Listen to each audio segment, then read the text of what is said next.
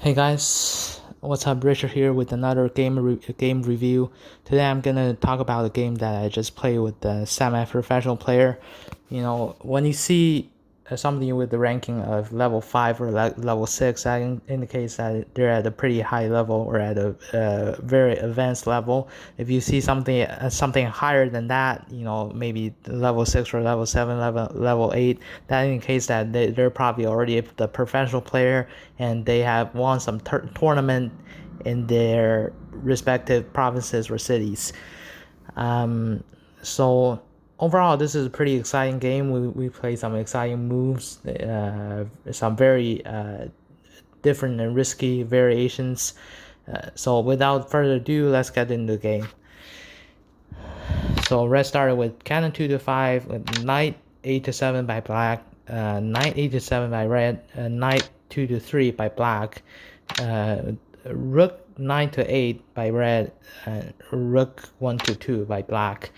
Pretty normal knight cannon variation here, knight cannon opening. With so he played this move. This is not a very good move, and so what does this mean? The only purpose of this is to capture that pawn on the seventh lane, which doesn't help red at all, because you capture this pawn. Black can simply ignore you, because the rook couldn't even proceed to capture that knight. I have this cannon to defend the knight, so this is not a very good move, huh? So black played bishop 3 to 5, knight played knight 2 to 3, and we have pawn 7 plus 1 by black, and rook 1 plus 1 by red, with pawn 3 plus 1 by black, freeing up both knights, and this is a pretty risky move, and it's not unusual. What this does is that it frees up two knights and brings both knights into the attack, but the risk is that now that when both of your knight participate in the attack, your middle pawn is unprotected. So then later on, red can simply capture your middle pawn, and this comes with the check. And that would create some trouble for black to defend. So we have rook 1 to 6 by black, rook 9 plus 1 by black, rook 1 to 6 by red, and rook 9 plus 1 by black. So hoping to play rook 9 to 6, and he played this move. This is also another premature move by red, because for the next move, black can simply play something like knight 7 to 6, threatening to capture that rook, and this rook has to escape. And the only good spot for this rook to go is is the middle lane. Basically you can only play a rook 6 to 5, which is also a very embarrassing position, because right now, look, your rook is basically blocking your middle pawn, and your middle pawn couldn't even proceed because of that. So black has knight 7, knight to 6. Black proceeds his pawn, and right now you can't just capture. If you capture, he captures, then he's also threatening to capture your knight on the seventh lane, and this variation is not very good for black.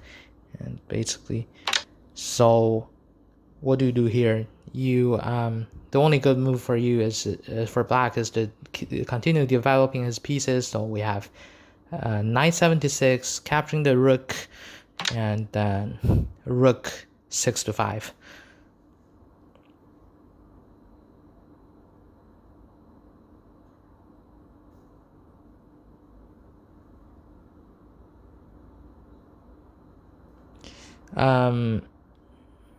So sorry about that. We have cannon 8 to 7 by black, threatening to capture the knight. and cannon 7+1 by red. So black brings another knight into the attack. Red just captures, and right now, black could capture. No, red could capture black's middle pawn with the rook. It doesn't help at all because look, your cannon and your cannon, your middle pawn, and your rook is still on the same lane. That's still a very embarrassing position. So black plays this move, capturing the knight. And right now, the best move that the engine recommends is actually to capture that cannon. But this is just, if you capture that cannon, everything is going to be back to normal. You capture his cannon, he captured your knight. It's just going to be a pretty smooth game. This is where the excitement comes from. I played this move. I played cannon 2 to 3. What does this mean? This is basically I'm offering a rook exchange. If you capture my rook on the second file, I'm going to capture a rook on the 7th file. It seems like a pretty good exchange. But, the risk is that, now that your middle pawn is still undefended, red can simply capture your middle pawn with the cannon. And if it captures, the only good move for you would be bishop 5 to 3. You have to retreat the bishop. You can't move any of the queens because you move any of the queens. If you move the queens on the 4th lane, there's a rook here. He will simply capture you, and that's going to be checkmate. Black cannot do anything about it. If you move the rook on the 6th lane, well, it's not much better, Black has this cannon on the 2nd lane. That's going to be checkmate if he plays something like cannon 2+7. If he just moves that cannon to the bottom, it's going to be checkmate. So you don't want so that exchange is not good for black. Even if black plays the best move, which is retreating the bishop, red is still going to capture your rook, and then he's going to capture a bishop. So overall the result is still not very favorable for black. And then this black cannon also has got to escape. So he played this variation, which is definitely a blunder. Why is this a blunder? This is basically telling me, okay, I want to save my rook, but there's no point to play it like that, because I will simply capture your other rook, and your rook just cannot capture my my cannon, because I have another cannon protecting this cannon. And then after you move your rook away, you're simply down a rook. So this exchange is not good for red at all. After this exchange, red is already behind a lot.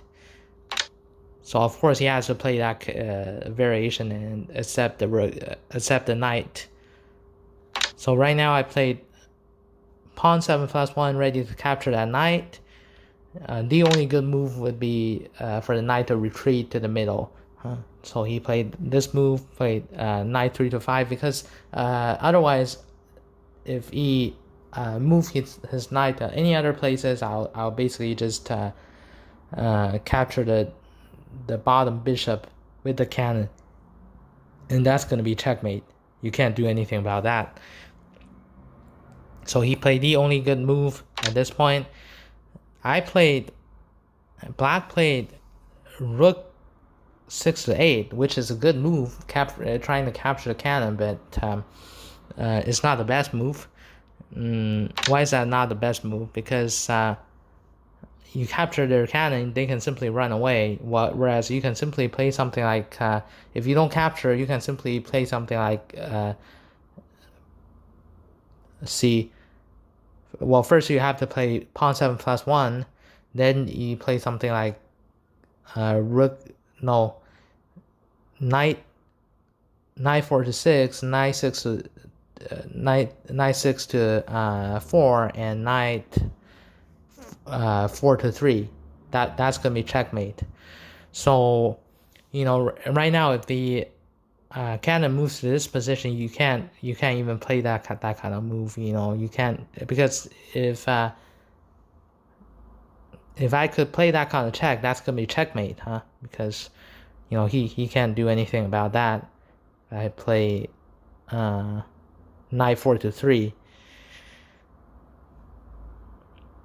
So the move recommended by the engine is this move. And they're saying that I should play this kind of move in the first place. I shouldn't even try to capture that cannon. So, but anyway, it's not bad. Black still has a lot of advantages. Now red tries to capture this middle pawn, but this simply wouldn't work, because I would just proceed the pawn, and he can't capture the knight because the rook is actually protecting the knight. And it is at this position black actually resigned, because, well, firstly because he's not down a rook, secondly because look at his position of his pieces. Well, the knight couldn't leave that position, otherwise the cannon would threaten checkmate. While all his pieces, all his attacking pieces are basically cramped together in the back, and this formation doesn't look good for red at all. Well, and materially he's still down a lot, so there's basically no chance for red to win this. So that's why it is at this point that he resigned. Overall, this is a pretty good match, and we play some good moves. And there are a lot of tactics involved. I hope I covered all of these tactics used in the match. Overall, this is a pretty exciting game. I hope you guys enjoyed it. If you guys like my content, please like my video, subscribe to my channel, and hit the notification button so you won't miss any of my further videos. So that's it for this review. See you in the next one.